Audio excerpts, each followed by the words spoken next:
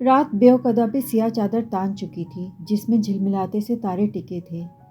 اس کے کمرے کی کھڑکی کے جالی دار پردے ہٹے ہوئے تھے اور اس میں سے باہر کالی رات نظر آ رہی تھی۔ وہ گردن تک کمبل ڈالے پہلو کے بل لیٹی تھی، لمبے بال تکیے پر بکھرے تھے، نگاہیں کھڑکی سے نظر آتے آسمان پر ٹکی تھیں۔ صبح اس نے عائشہ سے کہا تھا کہ وہ اب واپس جانا چاہتی ہے، مگر ان دونوں بہنوں کے چہرے پہ اتنی اداسی آ گئی اور انہوں نے صرف چند دن کے لیے، جب تک اس کی خراشیں اور سارے زخم مندمل نہیں ہو جاتے اور نیل غائب نہیں ہو جاتے، اس سے رکنے کو کہا تو وہ رک گئی۔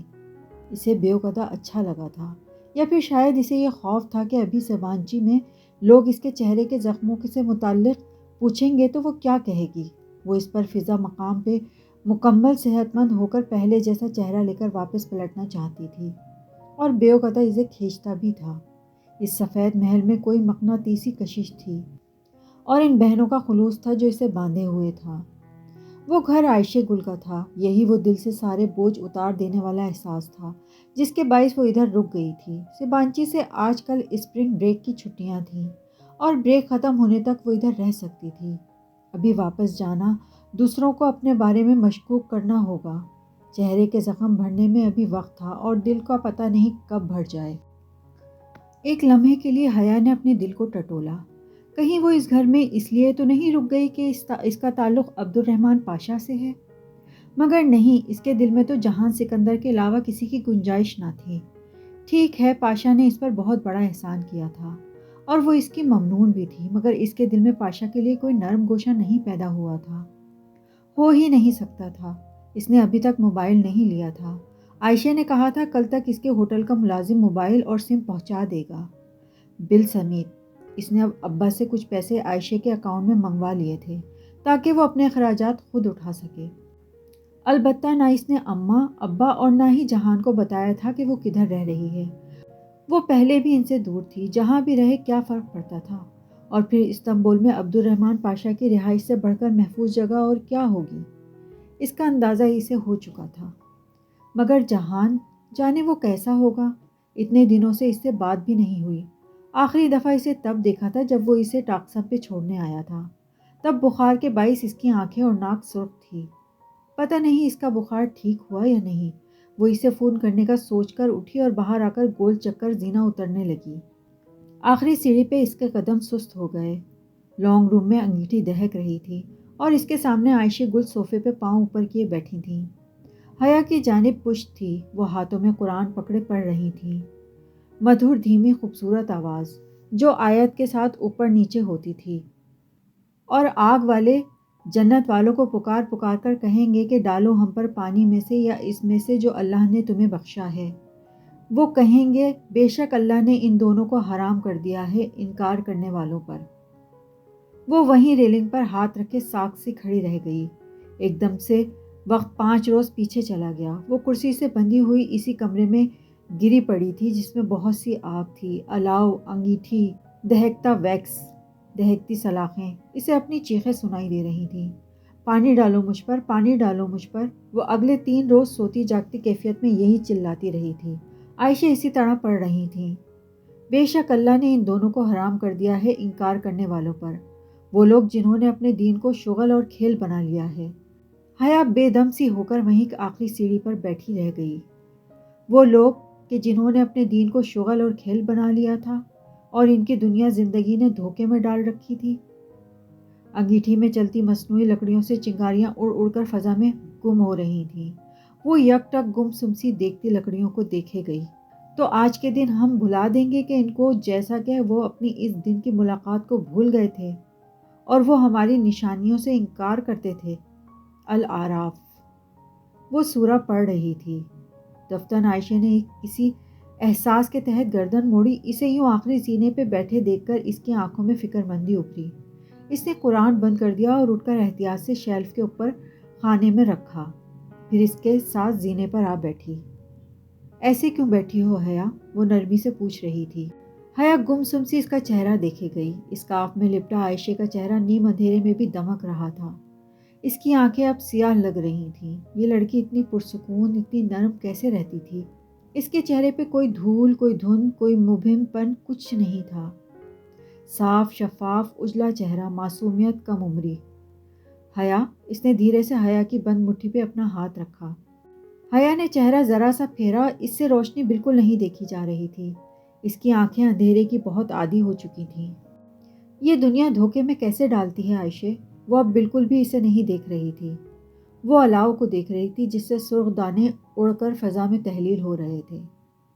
جب یہ اپنی چمکنے والی چیزوں میں اتنا گم کر لیتی ہے کہ اللہ کو بھول جاتی ہے۔ کیا مجھے بھی دنیا نے دھوکے میں ڈال رکھا ہے؟ وہ پوچھ رہی تھی۔ پہلی دفعہ دھوکہ انسان بھول پن میں کھاتا ہے، مگر بار بار کھائے تو وہ گناہ بن جاتا ہے، اور اگر کسی احساس ہونے کے بعد نہ کھائے تو اسے ایک بری یاد سمجھ کر بھول جانا چاہیے اور زندگی نئے سرے سے شروع کرنی چاہیے، عائشہ نے اسے سمجھایا۔ نئے سرے سے؟ ایسے یو ٹرن لینا آسان ہوتا ہے کیا؟ انسان کا دل چاہتا ہے وہ خوبصورت لگے، خوبصورت لباس پہنے، کیا یہ بری بات ہے؟ حیا کی آواز میں بے بسی آئی تھی، جیسے وہ کچھ سمجھ نہیں پا رہی تھی۔ کیا غلط تھا، کیا صحیح، سب گڑبڑ ہو رہا تھا۔ نہیں، اللہ خوبصورت ہے اور خوبصورتی کو پسند کرتا ہے۔ یہ چیزیں زندگی کا حصہ ہونی چاہیے، مگر ان کو آپ کی پوری زندگی نہیں بننا چاہیے۔ انسان کو ان چیزوں سے اوپر ہونا چاہیے۔ کچھ لوگ میرے اس طرح ہوتے ہیں جن کی زندگی لکڑی کے کھلونے بنانے، مچھلی پکڑنے اور سچے موتی چننے تک محدود ہوتی ہے، اور کچھ لوگ بڑے مقاصد لے کر جیتے ہیں، پھر وہ چھوٹی چھوٹی باتوں کو لے کر پریشان نہیں ہوتے۔ حیا نے غیر ارادی طور پر ایک نگاہ اپنے کندھے پہ ڈالی جہاں آستین کے نیچے WHO لکھا تھا، اور جن کی زندگی میں بڑا مقصد نہ ہو وہ کیا کریں؟ حیا نے پوچھا۔ وہی جو میں کرتی ہوں، عبادت۔ ہم عبادت کے لیے پیدا کیے گئے ہیں، سو ہمیں ہر کام کو عبادت بنا لینا چاہیے۔ عبادت صرف روزہ، نوافل، تسبیح کا نام نہیں ہوتا حیا، بلکہ ہر انسان کا ٹیلنٹ بھی اس کی عبادت ہو سکتا ہے۔ میں بہارے کے لیے پھولوں کے ہار اور آنے کے لیے کھانا بناتی ہوں۔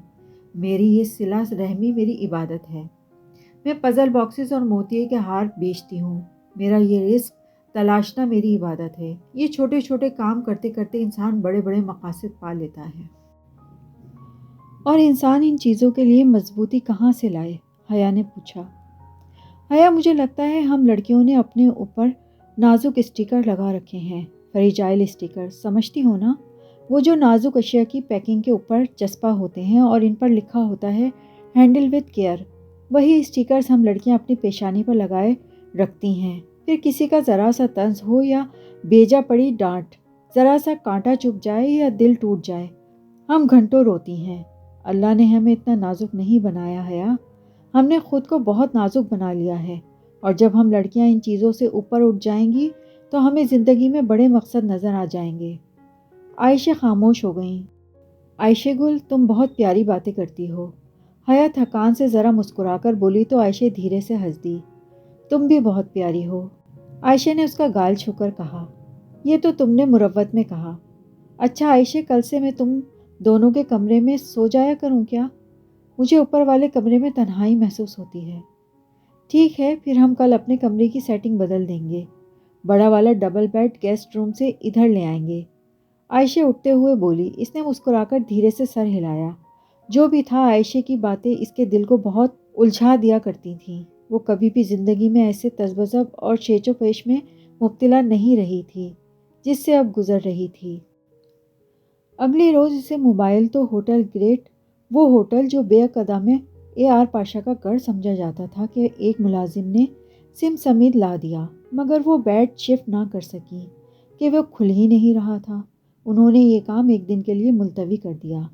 سو رات کو جب وہ سونے لیٹی تو اوپر اپنے کمرے میں اکیلی ہی تھی۔ آنکھیں بند کرتے ہی اس کے ذہن کے پردوں پر وہی رات دہکتی سلاخیں اور بھڑکتا الاؤ سب چھانے لگا، تو وہ مضطرب سی ہو کے اٹھ بیٹھی۔ وہ رات اس کا پیچھا نہیں چھوڑتی تھی۔ حیا کا فون بج اٹھا۔ ہیلو، حیا نے فون کان سے لگایا۔ حیا، میجر احمد ہیئر۔ وہی بھاری خوبصورت شائستہ آواز۔ اس نے گہری سانس لی۔ یہ لوگ اس کا پیچھا کیوں نہیں چھوڑتے؟ وہ جتنا ان سے پیچھا چھڑانا چاہتی ہے، وہ سائے کی طرح اس کا تعاقب کرتے رہتے ہیں۔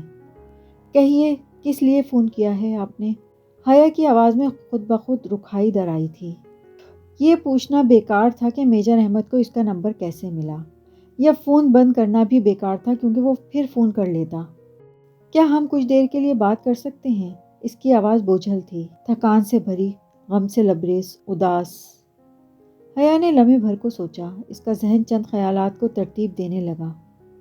دیکھیں میجر احمد، اس نے سوچ سوچ کر کہنا شروع کیا، اگر تو آپ کوئی ایسی بات کرنا چاہتے ہیں جو کسی شادی شدہ عورت سے کرنا غیر مناسب ہے تو مت کیجیے گا، لیکن اگر آپ کوئی باہمی مفاد کی بات کرنا چاہتے ہیں تو میں آپ کو سن رہی ہوں۔ وہ چند لمحے خاموش رہا، پھر اس کی آواز فون میں ابھری، مجھے اس بات کا بہت افسوس ہے جو آپ کے ساتھ ہوا۔ وہ ایک دم بالکل ساکت ہو گئی۔ اس کے اغوا کی خبر پھیل چکی تھی تو کیا وہ سب راز نہیں رہا؟ ایک بوجھ سا حیا کے دل پہ آن گرا تھا۔ فکر نہ کریں، پاکستان میں کسی کو علم نہیں ہے، وہ بولا۔ وہ اس کے لہجے پہ غور کرنے لگی۔ یہ کیا کوئی دھمکی تھی یا وہ چاہے تو پاکستان میں سب کو علم ہو سکتا ہے؟ میں نے آپ سے کہا تھا نا، اگر زندگی میں کوئی آپ کو جنت کے پتے لا کر دے تو انہیں تھام لیجیے گا، وہ آپ کو رسوا نہیں ہونے دے گا۔ اس کی آواز میں دل کو چیرتا ہوا درد تھا۔ اور میں نے بھی آپ سے کہا تھا کہ ہم دنیا والوں نے جنتیں کہاں دیکھی ہیں، حیا نے کہا۔ آپ نے میری بات نہیں مانی۔ مجھے اس واقعے نے جتنی تکلیف دی شاید زندگی میں کسی اور شے نے اتنی تکلیف نہیں دی۔ میں اغوا ہوئی، ظلم میرے ساتھ ہوا، تو آپ مجھے کیوں قصوروار ٹھہرا رہے ہیں؟ وہ ہر کسی کو اغوا نہیں کرتے، خوبصورت لڑکی کو کرتے ہیں۔ میں خوبصورت ہوں تو اس میں میرا کیا قصور ہے؟ حیا حیران نہیں ہو رہی تھی، وہ پوچھ رہی تھی، انہیں یہ پتہ چلا کہ آپ خوبصورت ہیں، اس میں آپ کا قصور ہے؟ وہ بھی طنز نہیں کر رہا تھا، بس مفہوم انداز میں کچھ کہہ رہا تھا۔ تو اب میں کیا کروں؟ اب ان سارے مسائل سے کیسے جان چھڑاؤں؟ کون سا مسئلہ ہے؟ آپ مجھے بتائیں، آپ مجھے ہمیشہ اپنا خیر خواہ پائیں گی۔ حیا چند لمحے خاموش رہی، پھر ایک فیصلے پہ پہنچ کر کہنے لگی، اگر کوئی آپ کو بلیک میل کرنے لگے تو کیا کرنا چاہیے؟ بلیک میلر ایک بے نتھے بیل کی طرح ہوتا ہے حیا، اس سے بھاگیں گی تو وہ آپ کا تعاقب کرے گا اور تھکا تھکا کر مار دے گا۔ تو اس سے کمر کر کے بھاگنے کی بجائے اس کا سامنا کریں اور آگے بڑھ کر اس کو سنگوں سے پکڑ لیں۔ دنیا کا کوئی ایسا بلیک میلر نہیں ہے جس کی اپنی کوئی ایسی کمزوری نہ ہو جس پہ اسے بلیک میل نہ کیا جا سکتا ہو۔ آپ کی کمزوری کیا ہے؟ حیا نے بولا۔ بہت سی ہیں، کمزوریاں پوچھی نہیں تلاشی جاتی ہیں، لیکن میں بلیک میلر نہیں ہوں۔ اگر مجھے آپ کی کمزوری تلاشنی ہوتی تو پوچھتی نہیں، حیا نے ذرا محفوظ سے انداز میں جتایا۔ ویسے وہ پزل باکس مجھے کس نے بھیجا تھا؟ وہ جواباً خاموش رہا۔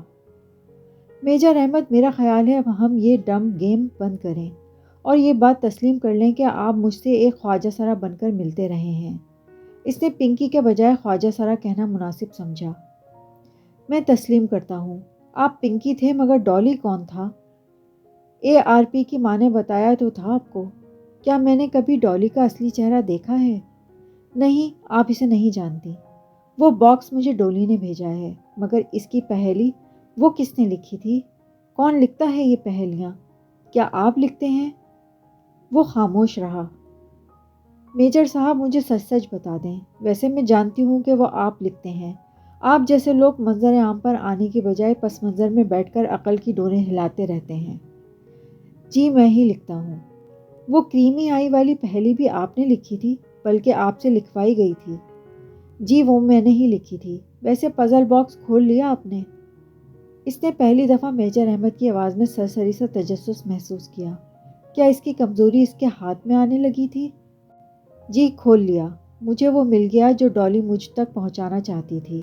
وہ بالوں کی لٹ انگلی میں لپیٹے بڑے اطمینان سے کہہ رہی تھی۔ اپنی بات کے اختتام پر اس نے واضح طور پر کرسی کے پہیوں کی آواز سنی، جیسے ریوالونگ چیئر پر ٹیک لگا کر بیٹھا میجر احمد کرنٹ کھا کر آگے کو ہوا۔ واقعی؟ اس کی آواز میں محتاط سی حیرت تھی۔ جی، پہلی آسان تھی، میں نے بوجھ لی۔ ویسے جو اس میں تھا وہ اس وقت میرے ہاتھ میں ہے اور اس نے مجھ پر ایک بہت حیرت انگیز انکشاف کیا ہے۔ جو باکس میں تھا وہ آپ کے ہاتھ میں ہے اور اس نے آپ پر ایک انکشاف کیا ہے۔ وہ رک رک کر اس کے الفاظ دہرا کر جیسے تصدیق چاہ رہا تھا۔ جی بالکل، حیا نے کہا۔ جواباً وہ دھیرے سے ہنس دیا۔ نہیں، آپ سے ابھی وہ باکس نہیں کھلا، لیکن مجھے آپ کا یوں ذہن استعمال کر کے مجھے گھیر کے یوں اگلوانے کی کوشش اچھی لگی۔ حیا نے تل ملا کر فون کو دیکھا۔ اسے کیسے پتہ چلا کہ وہ جھوٹ بول رہی ہے؟ اچھا مجھے نیند آ رہی ہے، وہ ذرا بیزاری سے بولی۔ آپ بے شک سو جائیں۔ مگر پلیز فون بند مت کیجیے گا۔ وہ جیسے التجا کر رہا تھا۔ جب میں کچھ بولوں گی ہی نہیں تو آپ کیا سنیں گے؟ میں آپ کی خاموشی سنوں گا، وہ بولا۔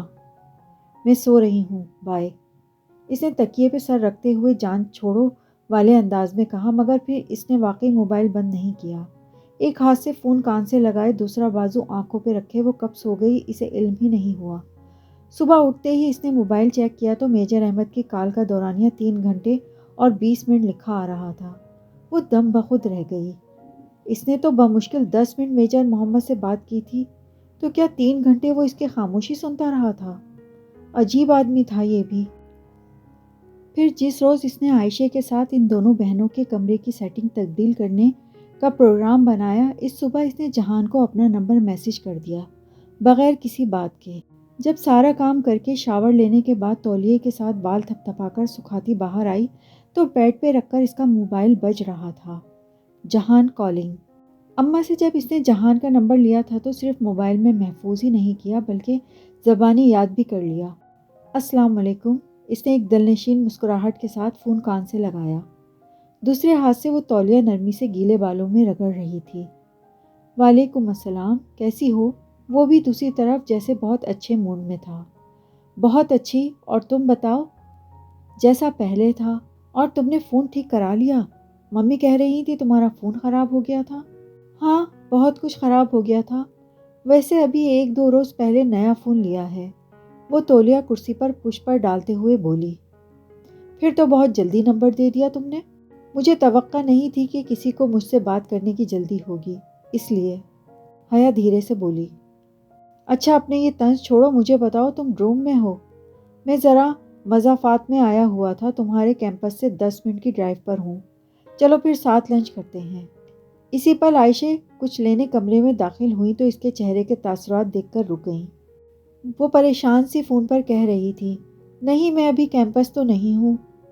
عائشہ نے لمحے بھر کو غور سے اسے دیکھا، پھر جیسے سمجھ کر سر ہلاتی آگے آئیں اور رائٹنگ ٹیبل پر رکھے مگ میں سے پین نکالا۔ نوٹ پیڈ کے اوپری صفحے پر کچھ لکھ کر اس نے پیڈ اسے تھمایا، پھر خود باہر چلی گئی۔ حیا نے رک کر صفحے پہ لکھے الفاظ پڑھے، سچ سے بہتر جواب کوئی نہیں ہوتا۔ حیا دوسری جانب وہ پوچھ رہا تھا، جہان میں بیوق ادا میں ہوں۔ وہ پیٹ پکڑے اس پہ لکھی تحریر کو دیکھتے ہوئے بولی، اوہ فرینڈ ٹرپ تھا کوئی، مجھے پہلے بتا دیتی۔ میں ادھر کچھ دن سے رہ رہی ہوں، میری فرینڈ کا گھر ہے ادھر، اور پھر تمہیں بتاتی، تم تو ہمیشہ مصروف ہوتے ہو۔ اس نے حملے کا رخ بدلا تو وہ دفاعی پوزیشن میں آ گیا۔ اتنا مصروف کہاں ہوتا ہوں؟ پھر کل ملتے ہیں، تم کل بیوق ادا آ جاؤ کیونکہ میں تو چند دن اپنی فرینڈ کے ساتھ ادھر ہی رہوں گی۔ کل میں مصروف ہوں۔ اچھا پرسوں؟ میں اگلا سارا ہفتہ مصروف ہوں، تم اپنی فرینڈ کے ساتھ انجوائے کرو، میں کام کرتا ہوں، اللہ حافظ۔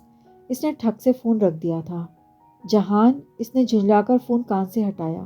اس شخص کا کوئی پتہ نہیں چلتا تھا کہ اسے کب کیا برا لگ جائے۔ باہر سے بہاریں پھر سے آوازیں دینے لگی تھی۔ حیا یہ کریمی آئی کیا ہے، کوئی ہنٹ دے دو نا۔ جو بوجھے گا گفٹ اسی کا ہوگا۔ حیا نے جب بولا تو بہاریں فوراً خاموش ہو گئی۔ عبد الرحمن کا تحفہ کسی دوسرے سے شیئر کرنے کا تصور بھی اس کے لیے سہانے روح تھا۔ اس صبح وہ ابھی گہری نیند میں تھی جب اس کا موبائل اچانک بجنے لگا۔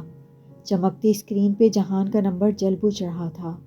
اس نے خمار آلود سا ہیلو کہتے ہوئے فون کان سے لگایا۔ میں فیری سے بیوقدہ آ رہا ہوں، تم پورٹ پہ پہنچ جاؤ۔ کیا؟ حیا ایک جھٹکے سے اٹھ بیٹھی۔ تم آ رہے ہو؟ اس کے لہجے میں سارے زمانے کی خوشی در آئی تھی۔ ہاں، میں نے سوچا بندے کو اتنا مصروف بھی نہیں ہونا چاہیے۔ جہان ہنس کر بولا۔ وہ لحاف پھینک کر باہر کو بھاگی۔ عائشہ کچن میں کام کرتی نظر آ رہی تھی، بہاریں کرسی پر بیٹھی ناشتہ کر رہی تھی۔ آج تم جنگل نہیں جاؤ گی؟ بس میں نے کہہ دیا، حلیمہ آنٹی نے ہی کہا تمہیں پورا سبق دوبارہ یاد کرنے کی ضرورت ہے۔ مگر عائشہ، بہاریں نے منہ بسور کر پلیٹ پرے ہٹائی۔ عائشہ مجھے پورٹ جانا ہے۔ وہ بھاگتی ہوئی چوکھٹ پر آن رکی۔ میرا کزن آ رہا ہے استنبول سے۔ ٹھیک ہے، پھر ہم پہلے پورٹ چلے جائیں گے۔ ٹھیک، وہ اپنی خوشی چھپاتی تیار ہونے واپس بھاگ گئی۔ 2 روز قبل حلیمہ آنٹی نے عائشہ کے ہاتھ اس کے لیے ایک میرون رنگ کا شیشوں کے کام والا کرتا بھیجا تھا۔ اس نے نیلی جینس پہ وہی گھٹنوں تک آتا کرتا پہن لیا اور گیلے بال کھلے چھوڑ دیے۔ کندھوں پر اس نے عائشہ کا میرون دوپٹہ پہن لیا۔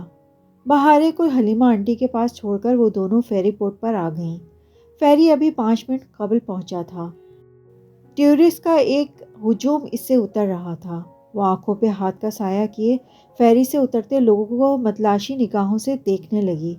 تبھی اسے جہان نظر آ گیا۔ وہ نیلی جینس کی جیبوں میں ہاتھ ڈالے سامنے سے چلتا ہوا آ رہا تھا۔ اس نے بھی اوپر میرون سویٹر پہن رکھا تھا۔ جہان کو اپنے قریب دیکھ کر وہ بے اختیار مسکرا دی۔ جہان، اوور ہیئر، اس نے ہاتھ اونچا کر کے ہلایا۔ جہان نے دیکھ لیا تھا، تبھی دھیما سا مسکراتا ہوا اس کی طرف آ گیا۔ واؤ، تم تو ٹائم پہ پہنچ گئیں۔ تھینکس، یہ میری فرینڈ ہے عائشہ گل، میں اسی کے ساتھ رہ رہی ہوں، اور عائشہ یہ میرا کزن ہے جہان سکندر۔ السلام علیکم، عائشہ نے اپنے نرم ازلی خوش اخلاقی انداز میں سلام کیا۔ وعلیکم السلام، اس نے مسکراتے ہوئے سر کو جنبش دی۔ تو تم ان کی بن بلائی مہمان بنی ہوئی ہو؟ ارے نہیں، بن بلائی مہمان کیوں، ہم نے تو خود حیا کو بضد اصرار چند دن ادھر رکنے کا کہا تھا۔ عائشہ ذرا جھینپ گئیں، پھر تھوڑی دیر ہی وہ رک پائیں کہ اسے جنگل جانا تھا۔ وہ چلی گئیں تو وہ دونوں بندرگاہ سے ہٹ کر سڑک کی طرف آ گئے۔ میرون اور نیلے رنگ میں ملبوس وہ سڑک کے کنارے چلتے بالکل ایک سے لگ رہے تھے۔ تمہارا فون اتنی افراتفری میں آیا کہ میں ناشتہ بھی نہیں کر سکی۔ مین بازار میں ریسٹورنٹس کے کھلے فرنٹ سے اشتہا انگیز سی خوشبو باہر آ رہی تھی۔ پھر جاؤ اور میرے لیے بھی ناشتہ لے آؤ، مگر پے میں کروں گا۔ اس نے والیٹ نکال کر چند نوٹ نکالے۔ ترک رسم و رواج کے مطابق ادائیگی ہمیشہ میزبان کرتا ہے، اور ادھر میزبان میں ہوں جہان۔ چھوڑو ترک رسوم کو، ہم پاکستانی ہیں۔ شکر تمہیں یاد تو رہا۔ حیا نے نوٹ پکڑے اور ریسٹورنٹ کی قطار کی سمت چلی گئی۔ وہاں سڑک کے ایک طرف ریسٹورنٹس تھے تو دوسری طرف قطار میں بینچ اور میزیں ایسے لگی ہوئی تھی جیسے کسی چرچ پر لگی ہوتی ہیں۔ درمیان میں کھلی سرمئی سڑک تھی جو گزشتہ رات کی بارش سے ابھی تک نم تھی۔ جہان ایک بینچ پر بیٹھ گیا اور کونیاں میز پر رکھ کر دونوں مٹھیاں باہم ملا کر ہونٹوں پر رکھے اسے دیکھنے لگا، جو سڑک کے پار ایک ریسٹورنٹ کے سامنے کھڑی تھی۔ چند ثانیے بعد جب وہ پلٹی تو اس کے ہاتھ میں ٹرے تھی جس میں کافی کے مگ اور سینڈوچز رکھے ہوئے تھے۔ اس نے سڑک پار کی اور ٹرے میز پر جہان کے سامنے رکھی۔ شکریہ، اس نے مسکرا کر کہتے ہوئے ایک کپ اٹھا لیا۔ اور اب تم واپس استنبول آ جاؤ، بہت رہ لیا ادھر۔ کیوں؟ کافی کا کپ لبوں سے لے جاتے ہوئے حیا بے ساختہ رکی تھی۔ ممی تمہیں یاد کر رہی تھیں، جہان نے کہا۔ صرف ممی؟ حیا نے افسوس سے سوچا، پھر سر جھٹک کر پھیکا سا مسکرائی۔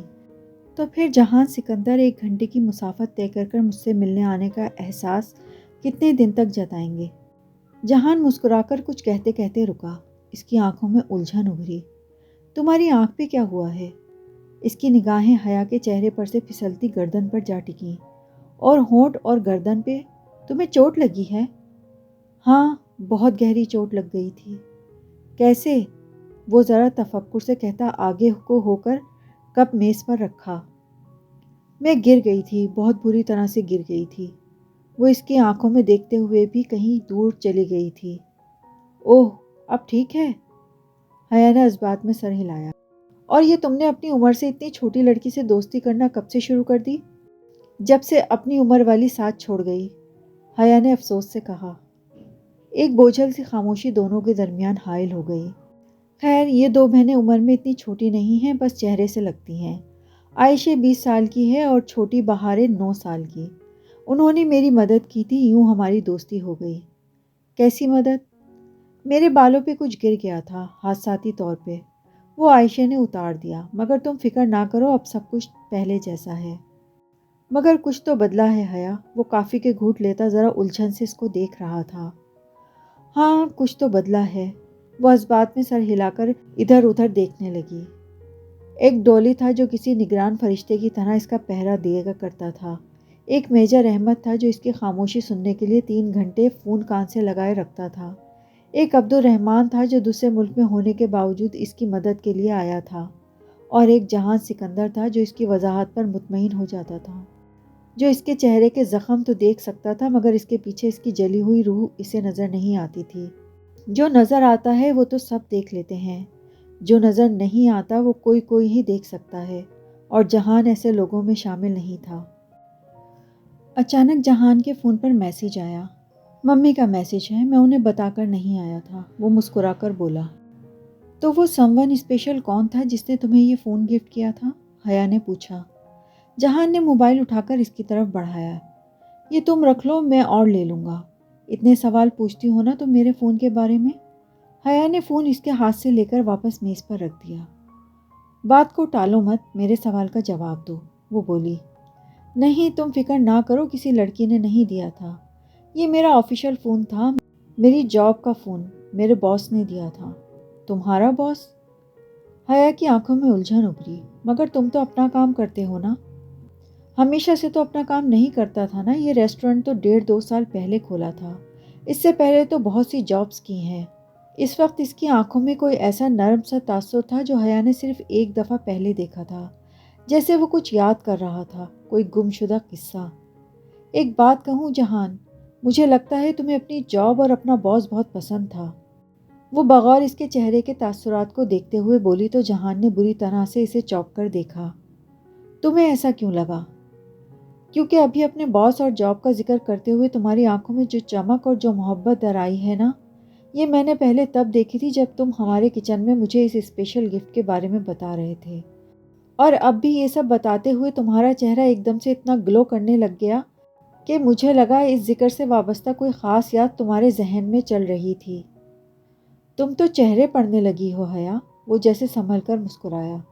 بتاؤ نا، تمہیں اپنی پچھلی جاب بہت پسند تھی؟ ہاں، بہت زیادہ، بڑے عیش تھے تب۔ اپنی راجدھانی، اپنی جگہ کی بات ہی کچھ اور ہوتی ہے۔ وہ اپنے چہرے کے تاثرات کو ہموار رکھے دوبارہ کسی سوچ میں چلا گیا۔ تو وہ جاب کیوں چھوڑی تم نے؟ بعض دفعہ انسان کو بہت کچھ چھوڑنا پڑتا ہے، اپنی سلطنت سے خود کو جلا وطن کرنا پڑتا ہے ان شہزادوں کے جزیروں کی ترکی میں، کیونکہ یہاں ان شہزادوں کو جلا وطن کر کے بھیجا جاتا ہے جو سلاطین کو اپنے تخت کے لیے خطرہ لگتے ہیں۔ وہ بات کو کہیں اور لے گیا۔ ہاں، اور میں سوچتی ہوں جہان، وہ جلا وطن شہزادے اپنے پرانے شاہانہ دور کو کتنا یاد کرتے ہوں گے۔ کچھ دیر بعد وہ دونوں ساحل سمندر پر پتھروں کی قطار پر چل رہے تھے۔ تمہارا ریسٹورنٹ کیسا جا رہا ہے؟ حیا نے جہان سے پوچھا۔ رینوویشن کروا رہا ہوں اور میری لینڈ لیڈی بھی کوئی وکیل کر رہی ہے میرے خلاف۔ میری یہ سمجھ نہیں آتا کہ اس کے پاس ایک دم سے خود کا اتنا پیسہ کہاں سے آ گیا کہ وہ اتنا مہنگا لائر کر سکے۔ حیا کا دل سمندر میں ڈوب کر ابھرا۔ وہ جانتی تھی کہ اس کے پاس اتنا پیسہ کہاں سے آیا تھا، وہ سب اس کی غلطی تھی۔ تو تم اب کیا کرو گے جہان؟ آج کل بس چھپا ہوا ہوں، اسی لیے ریسٹورنٹ سے بھاگ کر ادھر آ گیا ہوں۔ ذرا لو فائل رکھی ہوئی ہے، وہ دھیرے سے ہنس پڑا۔ تم اس سے اتنا ڈرتے ہو؟ حیا نے پوچھا۔ ڈرتا تو میں فرقان ماموں اور سائمہ مامی کے سوا کسی سے نہیں ہوں۔ سمندر کی ایک تیز لہر آئی اور ان کے قدموں کو بھگو کر واپس پلٹ گئی۔ اوہ، فرقان ماموں کی بیٹی کی منگنی ہو رہی ہے، اسے اچانک یاد آیا۔ حیا حیرت سے رک کر اسے دیکھنے لگی۔ ارم کی؟ کب؟ کس سے؟ کل رات مامی کا فون آیا تھا ممی کو، انہوں نے ہی بتایا تھا۔ فنکشن تو معلوم نہیں کب ہے، البتہ رشتہ طے ہو گیا ہے۔ مگر کس سے؟ فرقان ماموں کے کسی دوست کی فیملی ہے، زیادہ تفصیل مجھے نہیں معلوم، وہ شانے اچکا کر بولا۔ وہ دونوں پھر سے چلنے لگے تھے۔ ارم نہیں مانی ہوگی، تایا نے زبردستی کی ہوگی، وہ یہی سوچ رہی تھی۔ تمہیں پتہ ہے جہان، اماں ابا اور تایا تائی کی بڑی خواہش تھی کہ ارم کا رشتہ روہیل سے ہو۔ اب پتہ نہیں تایا تائی نے کہیں اور کیوں کر دیا رشتہ۔ مگر روہیل تو، وہ کچھ کہتے کہتے ایک دم رکا۔ زندگی میں پہلی بار اسے لگا کہ جہان کے لبوں سے کوئی بات غیر ارادی طور پر پھسلی تھی۔ مگر روہیل تو کیا؟ وہ چونک کر اسے دیکھنے لگی۔ روہیل کی تو ابھی کافی اسٹڈیز رہتی ہیں، وہ بات بدل گیا تھا، وہ شرطیہ کہہ سکتی تھی۔ روہیل کی پڑھائی ختم ہو چکی ہے، جب میں پاکستان واپس جاؤں گی وہ تب آنے والا ہی ہوگا۔ جواباً جہان نے ایک گہری پرکھتی نظر اس پر ڈالی۔ تمہارا روہیل سے رابطہ ہے جہان؟ پھپھو نے ایک دفعہ بتایا تھا کہ تم لوگ ان ٹچ ہو۔ حیا نے اپنی پرانی الجھن کو الفاظ پہنا دیے۔ ہاں، کبھی کبھی بات ہو جاتی ہے، میں اس سے ملا تھا امریکہ میں۔ اچھا، کب؟ اس نے تو نہیں بتایا۔ حیا خوشگوار حیرت سے اسے دیکھنے لگی۔ پرانی بات ہے، 3 سال تو ہو ہی گئے ہوں گے۔